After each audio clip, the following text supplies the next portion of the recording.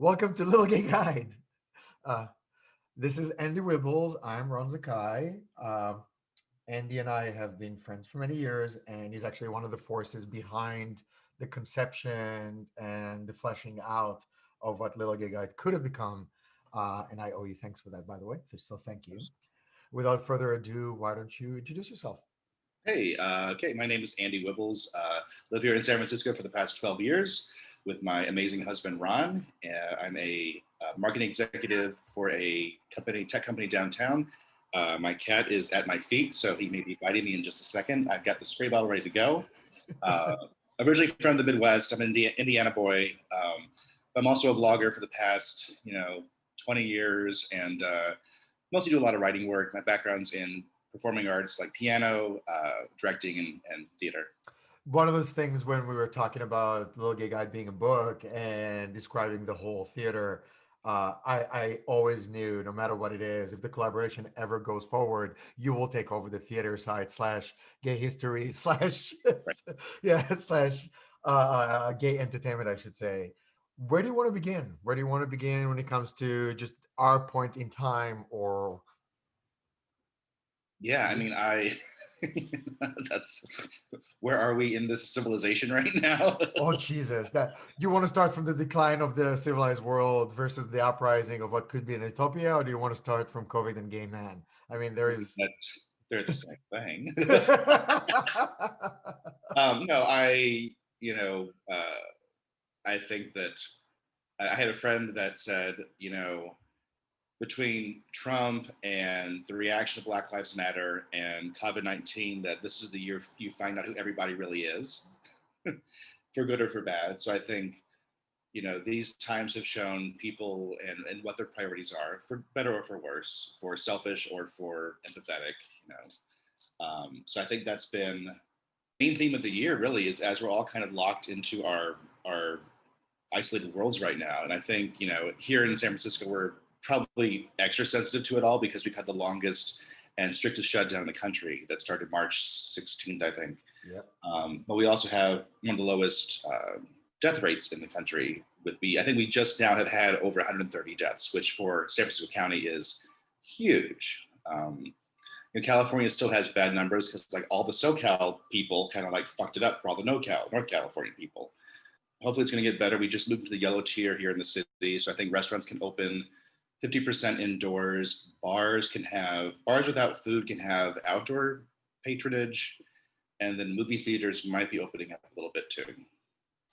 yeah. We actually, I don't know what's going to happen when it comes to movie theaters. That's a really good tangent in a sense of because the business model will not work without the food and drinks. You really can't sustain and unless they completely restructure. But what we were talking about actually at home was maybe they'll have to change the business model altogether, and there'll be a lot of independent operators that will walk into the spaces that the big ones cannot afford anymore, in order to do, And like single distribution.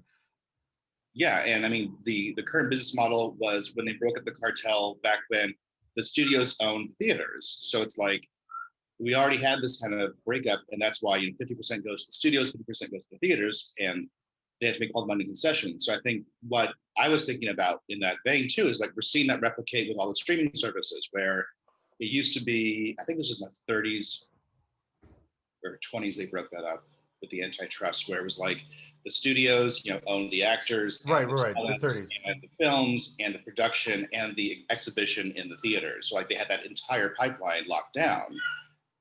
Sorry, my cat's meowing for some reason. It's okay. My husband just walked in the door, so it's life happens.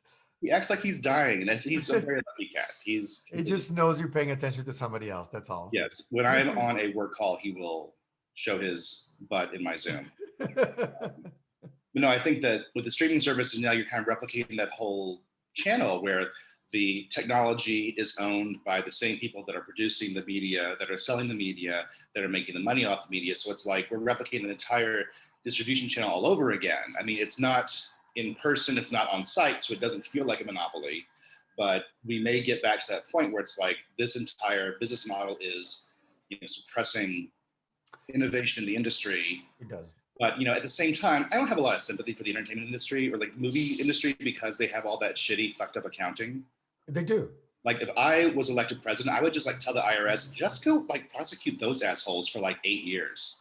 And then we can have like But bridges. they don't make a tenth as much as the tech companies. That's like if you look at it, the industry sizes. If we need to break the monopolies, we need to what Google is going through right now, which is like this decade long. It's going to be a decade long. You know that because we have the example of Microsoft. It's going to take about a decade for them to actually antitrust Google on any real level. Um, It was so how, weird that all the attorney generals for the new Google antitrust thing that just um, came through, they're all Republican states. I thought that was so strange. I would not have suspected that at all. But no, like I said, it's sort of, everybody is exhausted at their wits' end. Uh, so one when you day say I'll be yeah, down. One day my husband will be down. If we're both having a down day, we just go back to bed. It's like, let's just sleep for a little bit and try this whole day all over again. And I think it's just the unending uncertainty, I think, is what drives you crazy because you're just like, I don't know when this is ending. I don't know when it's going to get better. It may not get better sooner. And I it think could we're be probably bad. looking at another 6 months. By the way, I honestly believe that we're probably looking at another 6 months worth of very similar life to what we have right now, which is the same kind of introspective four walls that we've been locked in for more than 6 months now. So the reality I think that you were referring to in terms of everybody's showing you who themselves are is because they have no other choice. They're locked in this cage, and no matter what animal you are, or what kind of animal you are going to lash out with your truest self. And I think we're seeing that in because your madness is now confined to your own world and your own space, you are going to show your true colors and I mean, forget if good. you're lashing out is going to Atlanta and getting fucked up at a circuit party, you're not really uh, lashing out. I mean, it's not really harm reduction. but, Like, but did but you go but to just 2 parties this weekend, not 4? Did you do half as much meth this weekend? It's not really harm reduction if you're not, all in. Yeah, I'm uh, kidding. but no, but it's a very valid tangent because we just came back from Puerto Vallarta, and they're very much unobservant when it comes to. I mean, they do the temperature check. They definitely do the masks up to a point, and I would double click that up to a point. And then once you get through the door, when it comes to any event, I won't name names of places because there's just no point. But certain places, there'll be like this. The moment you got in, it just caution goes out Right. the door. It just does. So we didn't go to the clubs, of course, for that specific reason because I'm like, okay, we're already doing enough things that are kind of like teetering on this chasm of danger, and there are other things we can do to mitigate them, and this is one of them, which is don't walk into a space that there's like 200 to 300 people crammed into one room. Just don't do that. Gone. What I was going to say, and here in the U.S., you have the producers all saying, masks will be required, social distancing is being enforced. So it's like they know that they're not supposed to be doing what they're doing. They have this fig leaf on their promotions, and then you get in, and they're not being observant. So it's like they never really gave a shit anyway. So it's like, No. and I and there was that death at the club in Atlanta a few weeks ago, which was not due to COVID-19, but I think it was an overdose, and because there were no EMTs in the club, the guy passed away after he passed away. I think in the ambulance, but he'd been on the crowd had been giving him CPR for about 10 minutes. Which And would not have happened in a normal situation if we had EMT on site because you would have solved it then and there. That's the right, reality. but the EMT would have been a buzzkill and would have said, I'm not going to work here unless you start observing these standards. At the same time, the producers will say, well, it's Atlanta, it's Georgia. They don't have any rules in effect. It's like, I mean, I guess that's your easy reach excuse, I guess. Yes. Yes. Um, And don't but forget how litigative this country is when it comes to any kind of premise. So the thought process, I would assume, when it comes to a club owner is less about the well-being of their patrons and more about making money. There are really significant exceptions, especially in our community. But even then, when you're opening a business within COVID, I can't say it's for the community. I would put a very significant air quotes around the intentions of a person opening a club in the midst of a pandemic. right. And that's not at all to dismiss the emergency we're going to have in the queer entertainment industry or queer culture industry, because we're going to lose a lot of venues. We're going to lose a lot of production teams and a lot of organizations that produce a lot of art and culture that people enjoy, whether it's a dance party or whatever else it is. Because I think that these nonprofits and organizations cannot survive that long with no sort of income coming in. So I think we're going to see the transformation of the entertainment industry as a whole in the globally, as well as for our little sort of queer gay center as well. So to really kind of dive into what that would mean, because when I look at it societally speaking, or when I take a broader perspective, or I try to take a broader perspective when it comes to this is disrupting everything. And I don't want to belittle this idea of the word everything, but it does pretty much disrupt everything. And there is a part of me that latches on, and that's part of my personality. You are well aware of it, that I will hold on to the silver line in spite of almost all evidence to the contrary. Yeah. And one of those things is like the doomsday timer for 2050 versus the reality of everything is actually genuinely getting better. Like our connectivity is getting better, our ability to collaborate remotely from one another is getting better. A lot of things are genuinely and objectively are getting better, but there's a overarching kind of sense of danger. Back to the club question, considering a lot of the major players are going to go through a pretty significant disruption and a pretty significant restructuring at the very least. My hope, my silver lining is bohemian culture in its truest sense. In other words, the cheap, the greedy, the creative, the oppressed almost will come more to the surface because there will have to be more guerrilla about they. I'm saying they being the entertainment industry as a whole, specifically for us, the gay entertainment industry or the gay nightlife industry. Um, my silver lining is bohemian gay life will come back. My silver lining is we might see the greedier side that was sideswiped by first eights. Now this, we might see more of what was there before those times. Well, and I think about that a lot because I think I probably talk about this way too often, but I think about San Francisco in the 60s and 70s, where somehow the density of gay men, the incomes, the economics of real estate and venues, and running a bar led to 35 venues in one city. It was specific enough that there was like, oh, that's the black biker bar, that's the BDSM club for just that particular group of people, This is where the there was Queens enough, bar. This is yeah. It was yeah, very the very segmented. density to specialize into those groups. And that's also a product of post World War II culture and sort of people being in enclaves. But I think that will it ever go back to that in San Francisco, given the real estate situation and the way the market works? It's like you have to have a bombed out warehouse to open up a club because you're not going to build a club from scratch out of the ground. You would make more money building, Right, condos. right. So I think I don't know if that will happen in the But not larger cities. anymore. Actually, no. Let's take that specific assertion. When is you would not take a warehouse and you will build it into a club. You'll take a warehouse and building it into condos. We're looking at what 20% of San Francisco real estate is commercial. It's office space. So I just complete side note. I do believe that the conversion industry in terms of commercial to residential will be huge in the next 10 years. There's no doubt there.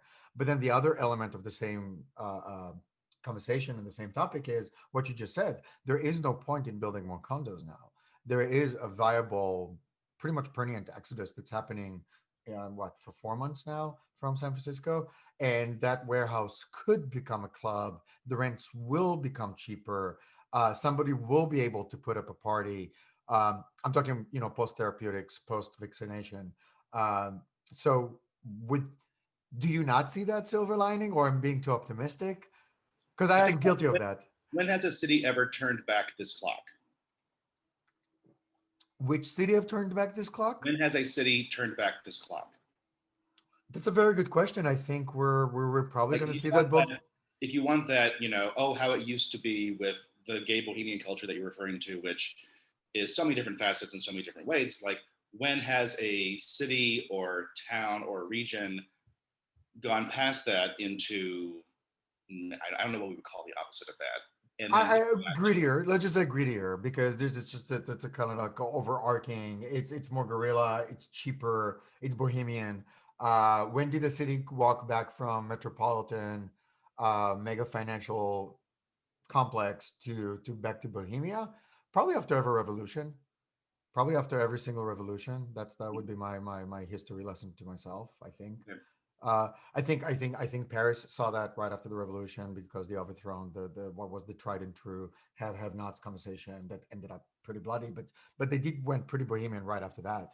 The artists did flock back to Paris after that.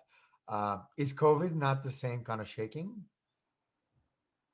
Well, I'm not completely convinced that that on-site work is done. I think there'll be some there because I feel like we're all assuming remote work is the new thing, and office real estate's done for forever. I think there's going to be some cultural hitch that people are so invested in the idea of I go to an office and I do my job. Right. What might change that I think about is if the companies start to depress the wages to say, well, I mean, I'm not going to pay you SF this wage because you can either live in SF or live in the Midwest and make the same amount of money. I think we're going to see wages go down definitely, and I feel like that's the unspoken thing in this whole conversation is, all It's the a huge thing, by the way. That's it's the topic we're not touching. Go on. right. No, is just that the the benefit for the large companies is, oh, we can pay our development team to be in Minneapolis or in Indianapolis and still have great talent, but they're all remote, and so we have to pay sort of the SF salaries that you have to live in, Portland or Seattle or Austin or New York to keep your talent, in house. So, I think about it a lot. I think about, and also I think I'm having a very constrained idea of what it would be to like if things got better as far as like entertainment and venues and going out and that whole thing. And that's a very kind of, the whole like large warehouse club thing is a very like urban white gay point of view to have. When like, Absolutely. there could be a ton of other independent media and art happening. Um, but again, I always go back to the economics of like if you can't have the art if the artist class can't live in the city, they're not going to make the art, and if they can't have studio space, they're not going to make the art. Um, I mean, and then for us, part it of was Oakland and Berkeley for a very long time. For like the artists of San Francisco, I came here what about 20 years ago, and we had pretty much enclaves, like you just said, of artists producing significant amount of art all around San Francisco, be it in Lower Hayes or in Mission or pretty much I would say everywhere. There was some element. Remember, we had clubs 20 years ago. We were like clubs. Universe was an actual club. But back to today, I guess my hope is that there is some silver lining in terms of our community and that we will get some sort of either venues or production coming into our city out of this. But you're correct, the economics might play completely to the contrary. yeah The unit economics might not work. The unit economics might not. So what is the world you because you're just full disclosure, both you and I are our own version of futurists in terms of we hypothesize what will be around the bend quite often. How would that look like then? What is your assumptions and assertions when it comes to what comes around the bend for us? I mean, I feel like it has to be a new city. Like I feel like we all have to choose where the new gay enclave is going to be because we've run up the real estate everywhere else. So like the baby gays, the poor queers can't live in the cities because we run up the real estate so bad. What is your intuition? Like let's throw assertions or well educated guesses out the window for the sake of just intuition, because I know I for you and I, white gay men in a city, I mean, San Francisco is admittedly a town with, as I often say, with a heartbeat of a city, but it still has that city vibe, and it's definitely one of the gay meccas of our country. So speaking from that perspective, what do you think would be around our future? What would be the next year after COVID is done? And the thing we're also skipping is the uh, how technology exerts itself on gay enclaves. That if you don't have to have the bars because you have the apps or the networks, the online forums, the online groups, there's less of a need to have in-person interactions that would require having this whole ecosystem of, But of I would argue that we chose. I don't know. I will speak for myself, not for you, but we chose to stay in San Francisco in spite of the desire, let's say, for to have children, which will be allowed financially or otherwise in almost any other place in this country with our salaries. But then bringing it back to San Francisco, we chose to stay because no matter when we go, look, when I see you at the gym, regardless of us planning that moment or not, which is 99% of the time not, it's a moment of reaffirmation of tribalism for me that is pretty much invaluable. It has no price mm, tag. It doesn't really resonate with. I can put a quantitative dollar sign next to that experience, but I can put a pretty significant qualitative dollar sign next to it. And that's why we'll make this argument. I will choose no family, stay in San Francisco in our shoebox worth of a place in order to be around the place that I can walk around to my grocery store or my gym and cross paths with you or any one of our tribesmen. That's just the Well, reality. and I think that we did put a price on it because we were supposed to move to Chicago by now. you know, from one point of view, it's like, well, we were hoping for people that are watching this. We were supposed to move to Chicago back in July. We've been here in SF for 12 years. We lived in Chicago for 10 years. I'm from Indiana. My husband's from Milwaukee. So we were trying to get back to the Midwest to be closer to family. Our folks are mid 70s.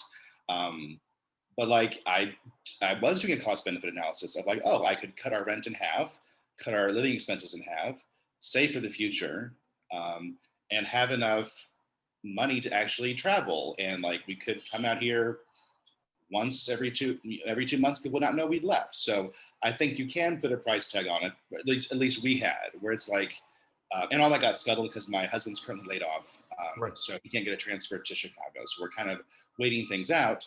Um, but I think if it So just how do wait, wait. So how does that P&L feels like? How does that profit and loss analysis in your own mind?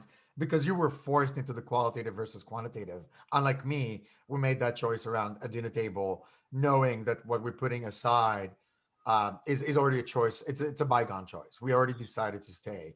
How was that for you?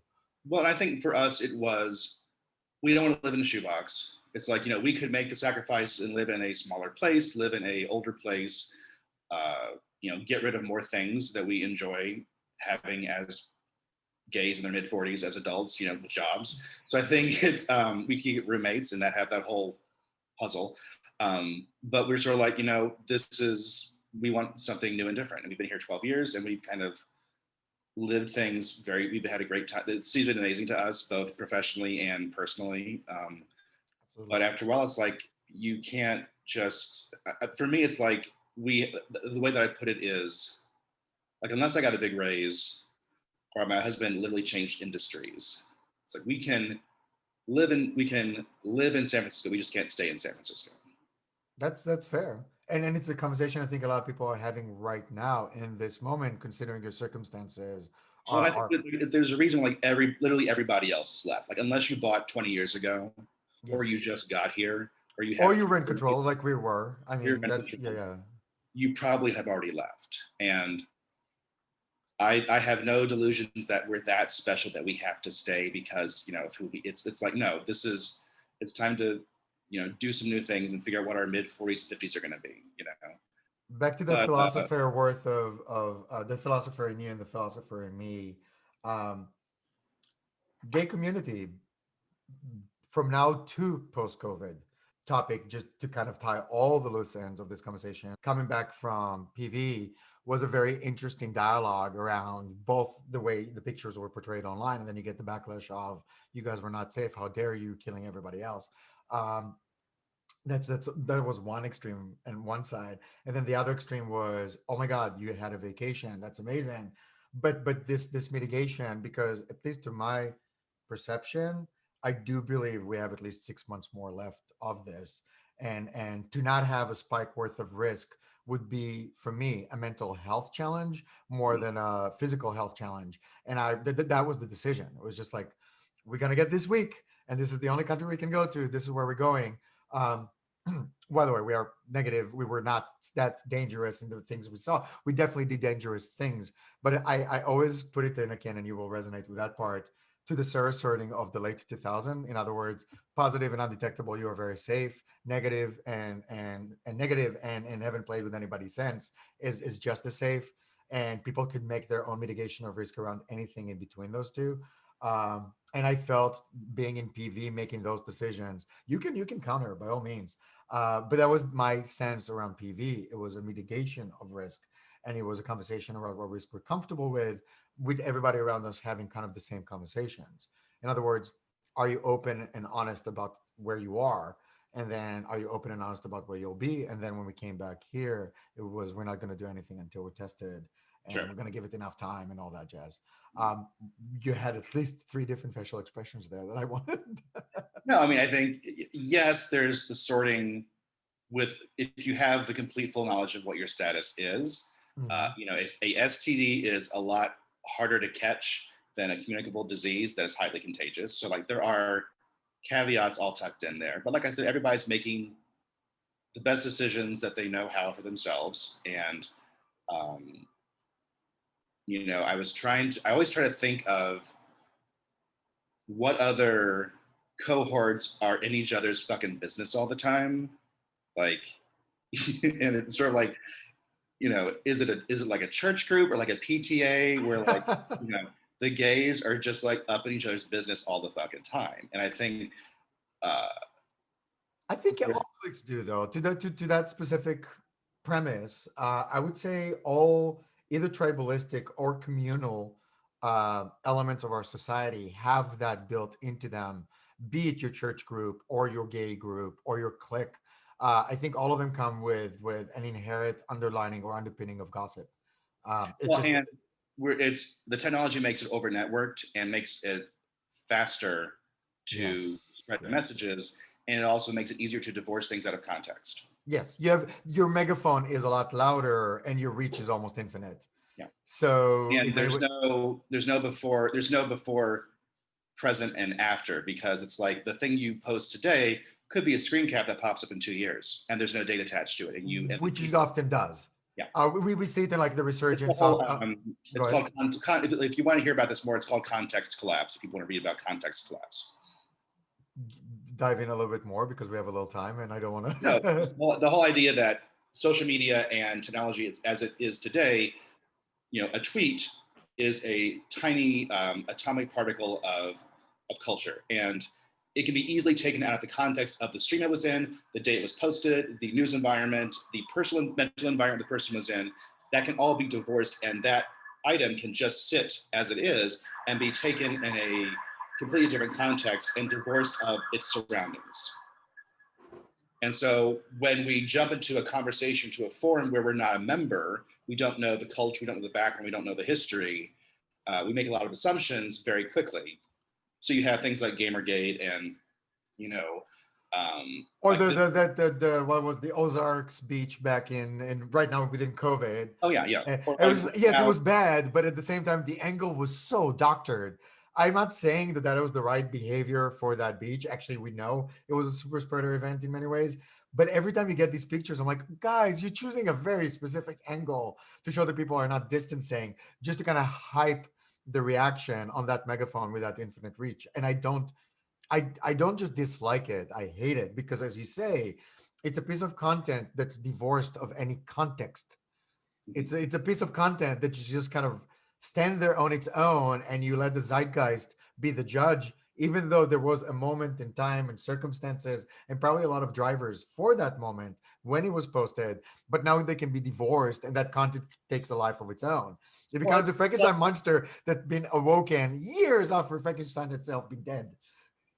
well, it's like the guy that posted the videos from Atlanta as Instagram stories. It's like, you dickhead, those can be easily captured, and they were posted with his name on them. I recognize SF people in the photos. I'm like, of course that bitch isn't down front. Of course that's who it is down front. Um, so you're also communicating in this contextless way. So you can't act surprised when people take things when people make leaps that are kind of obvious and logical. Like, Yes. if it's a bunch of white gays acting like terrible white gays, they're probably acting like terrible white gays. Yes. And I mean, if your context and the content are matching in the sense of we are terrible white gays, we're doing terrible white gay things, and then you pull it out of that point in time in which it was posted and it was surfaced as white gay men doing terrible things, you can't really divorce one from the other. The context in this sense actually does match the content. Yeah. Because no And I matter what think you were going at to the same surface it, time, the the capturing of the media and posting the media is almost like this dare to say, I dare you to call me out for being a terrible lesbian. white gay man. I'm sorry. I'm gonna actually So reinforce your then, statement. yeah, you have all the fights and Google groups and all the other bullshit. It's like, you this is did why this to people be are leaving seen. You social did media, this to rub this in other people's faces. You did this to be able to say, I can do this and you can't. and you can't Uh, stop me, right? yeah, It's a status thing. It's a social economic status thing. It's a racial thing. I think it's actually combined. I think there's a you and I talk about it a lot when we were talking about initially about Little Gay Guide and the initial premise. Both you and I, and please correct me, I don't want to speak for you, we know the amount of privilege that comes into our life for being a white gay man in a metropolitan city. Yep. And I think our awakening, you have a person of color for your husband. I think you see it much more clearly than I ever would be allowed to in terms of my insight. But in the same token, I'm aware that there's a lot of things that we do as gay white men are rubbing the noses in everybody else's, making everybody else's nose be rubbed in our business by virtue of us being able to. And I think it's the same kind of, not to spare analogies, but it's the same kind of I'm swimming in the ocean, I will not know the water Mhm. element of it. I'm swimming in privilege and I don't even aware of it. And when somebody in Atlanta posts that video, they're aware of the ocean. They're aware of the privilege they're swimming in. They're actually describing the water to anybody else that can breathe at the moment. That's just vile. That's just It's not. pretty It's pretty terrible. Like it's, we like to think that gay men, we've learned so much as a people. We've come so far. We're, idealized models of masculinity and maleness and what men can do for society. And it's like, ladies, come on. Come Girls, please. on. God damn it. We're trying to have a civilization here. There's this thing called collaboration that requires from us to have from any of us to have a certain sustainable society, and that is not happening with white gays. And actually one of the biggest surprises for most people probably listening or viewing this is gay men are fucking racist. Gay men are every time we have this trite picture of diversity, there'll be a token slightly brown person somewhere in the picture, not in the center. And we're talking about diversity because we have that one It's like, friend. oh wait, no, he's from Madrid. It's like, Not the same. Not the same. and I have the Brazilian boyfriend, and even then, this is not a person of color, so to speak. When it yeah, comes to I'll yeah, just say, if people listen to this, they're like, well, that never happens. My black and brown friends never talk to me about that. I'm like, that's because they don't fucking trust you. exactly. You've never had a black or brown friend say, how talk about the dynamics of gay dating or gay hookups or gay courtship or the gay dance floor or the gay bars and that challenge existing walking as a person of color. If they have never spoken to you about that, don't fucking ask them to. Number one, it's not their fucking job to It's not their job to educate you. Yes, go like on. Sorry, if they never talked about that to you, they don't fucking trust you. they don't. They But just do don't. not ask them to explain it. There's enough that's the part of the white gays, the ones that are trying to do the right thing, is to drag the other terrible ones along with us to say, you need to know about these dynamics that happen, and black and brown people do not have to explain it to you or themselves to you. It is not their fucking. They're trying to live their fucking lives. Just try and be a little less awful every day. And be aware of the fact that when they do speak up, your responsibility is to step aside and give the space rather than stepping in or even leaning into it. Like a lot of the conversation I have, by the way, that would be an amazing topic for us for the next time, Yeah. race in the gay community. That would be just phenomenal. But in terms of personal responsibility for us, the privileged one, and I have no problem double clicking on myself saying I am privileged when it comes to the gay community because we look, or I look, like they want us to look. In other words, we go to the gym and we're white and all that jazz. But when it comes to the people of color, when there is a moment they step up to describe a gripe, to describe an affront, to describe an assault or a hurt, our job is to shut up and listen. Shut the fuck up and amplify, basically. Other Yes, people are saying it better than you could. So just shut the fuck up and listen. That's what. I love the Yeah. second word, amplify, because we have this platform, because we have this voice, because we are listened to so much more. I would say exponentially or by a magnitude more than the people of color in our community. Uh, our job is, as you say, be quiet and amplify. Our job is to just to put it out there on blast and hope that somebody actually listens. Right. Yeah. What would be I know our next conversation is going to be about race And it should have actual brown and black people present. Just I think where either your people are like, husband why would the fuck would I listen to these two assholes talk about race? For the record. 100%, 100%, and it could be your husband from the other room, which actually speaks remarkably.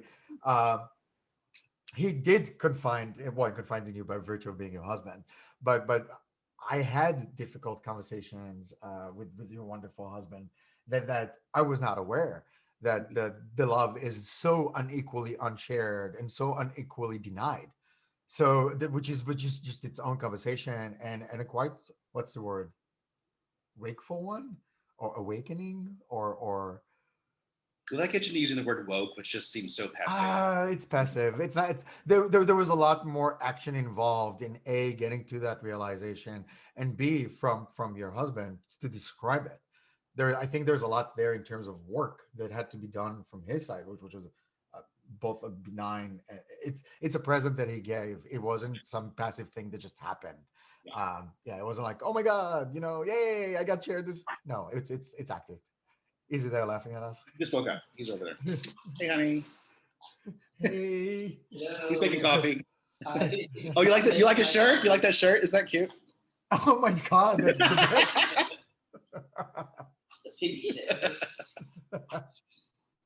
I'm using the ring light, okay? I think I set it up right. I'm a little schwitzy, but it's okay. He's my lighting designer, so. Next conversation will be about race, but what are your closing kind of just to wrap up our conversation when it comes to this conversation? I have a feeling there is a lot to mitigate when it comes to COVID, just between now until what after looks like, which is its Yeah. own conversation. And I think we share the hope of at least some semblance of community and segmentation in terms of out spaces that may come out of this. I hope the artists come back. I hope Bohemia comes back. Um, if you look at it as a continuum, and that's my final question to you, if you look at it as a continuum from now all the way to post COVID, and whatever would that look like in terms of gay community, what is your path?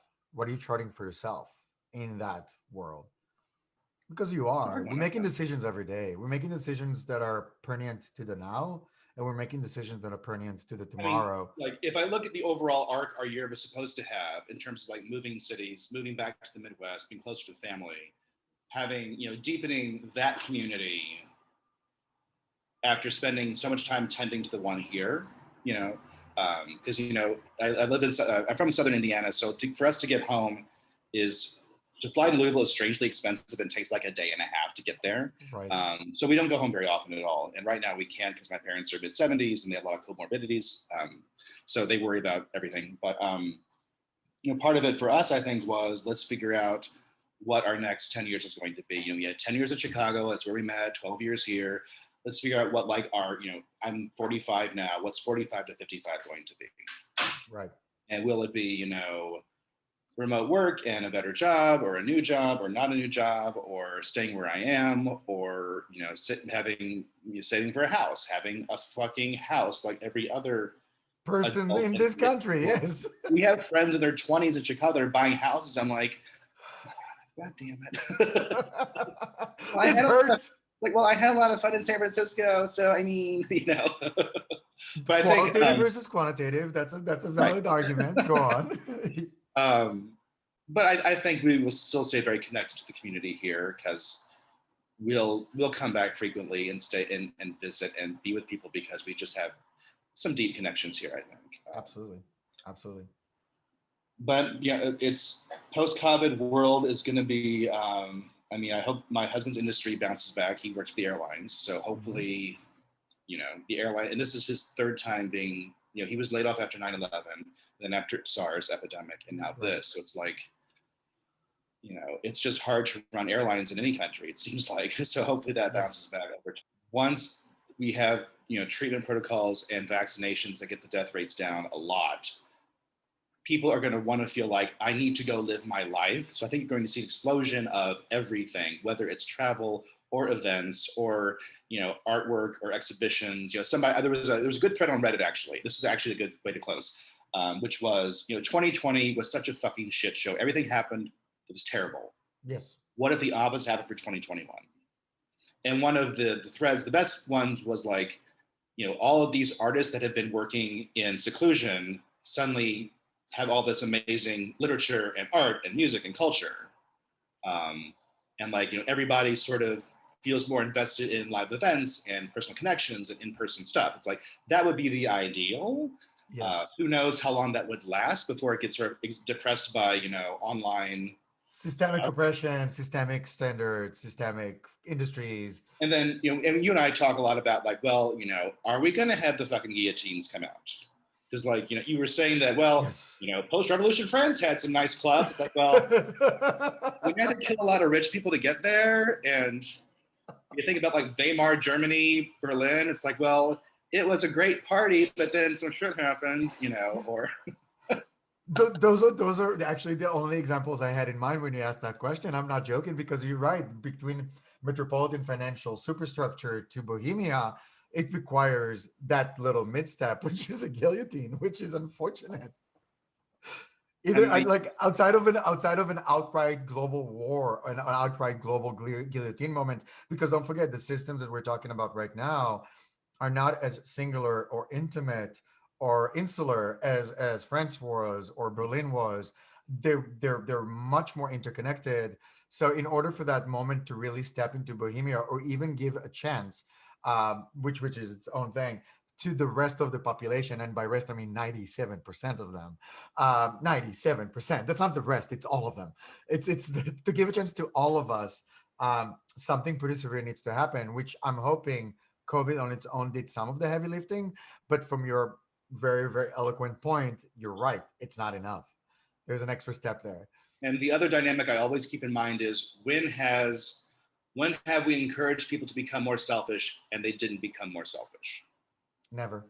On Like the when have contrary, they learned more ways to even double down on hedonism and like as selfishness. as we created dynamics and technologies and cultures that reinforce narcissism and materialism, when has a society ever backed off of for that, with, like you said, without a economic catastrophe that probably puts a lot of people in poverty? It's sort of like all the whole social security thing they're trying. I'm like, social security was created because like during the depression everybody's like, oh my god, all these old people are like living in poverty and that's insane, we should change that. So it's I can't believe we're still having these discussions and arguments about But we do. everything. Yeah, I but can't we believe do. we're having talk about, is universal healthcare good or bad in the middle of a goddamn fucking pandemic? Like, it's, I don't know. I'm not getting into politics because that's a whole other fucking We'll hour save for it us. for But another hour. Yeah, but between race as a next topic, and between 2021 might be an explosion of creativity, and between uh, um, just being hopeful when it comes to people actually building empathy. Which is, by the way, if you want to end on a positive note, I will honestly say that yes. Go ahead. no, I'm kidding. It was, of course, a positive note. Whatever. Okay. And I was It's gonna say, me. if It's people are me. watching this, it's like, yes, every time Ron and I get together, it's Festivus. Like, we air grievances for like an hour. So just, this is like par for the course. But he always is the optimistic one that is hopeful. I'm actually wearing my Four Unicorns the Apocalypse shirt right now. I thought it would show in the camera, but that's okay. But that's my today. Anyway, you were saying. The unicorns will bring the apocalypse, and it'll be rainbows. That's okay. That's all I'm saying. On that note, All right. uh, thank you for everybody watching or viewing or listening. Thank you, Oh, Andrew. And my blog is andymatic.com, Instagram, andymaticgram. And that's it. I that's don't know. all you have. That's my whole account. I have my businessy account. You don't watch You don't want to watch that. Okay, so that. say them again, just for the record. Andymatic.com, which I never updates my blog from 20 years. And then Instagram is andymaticgram.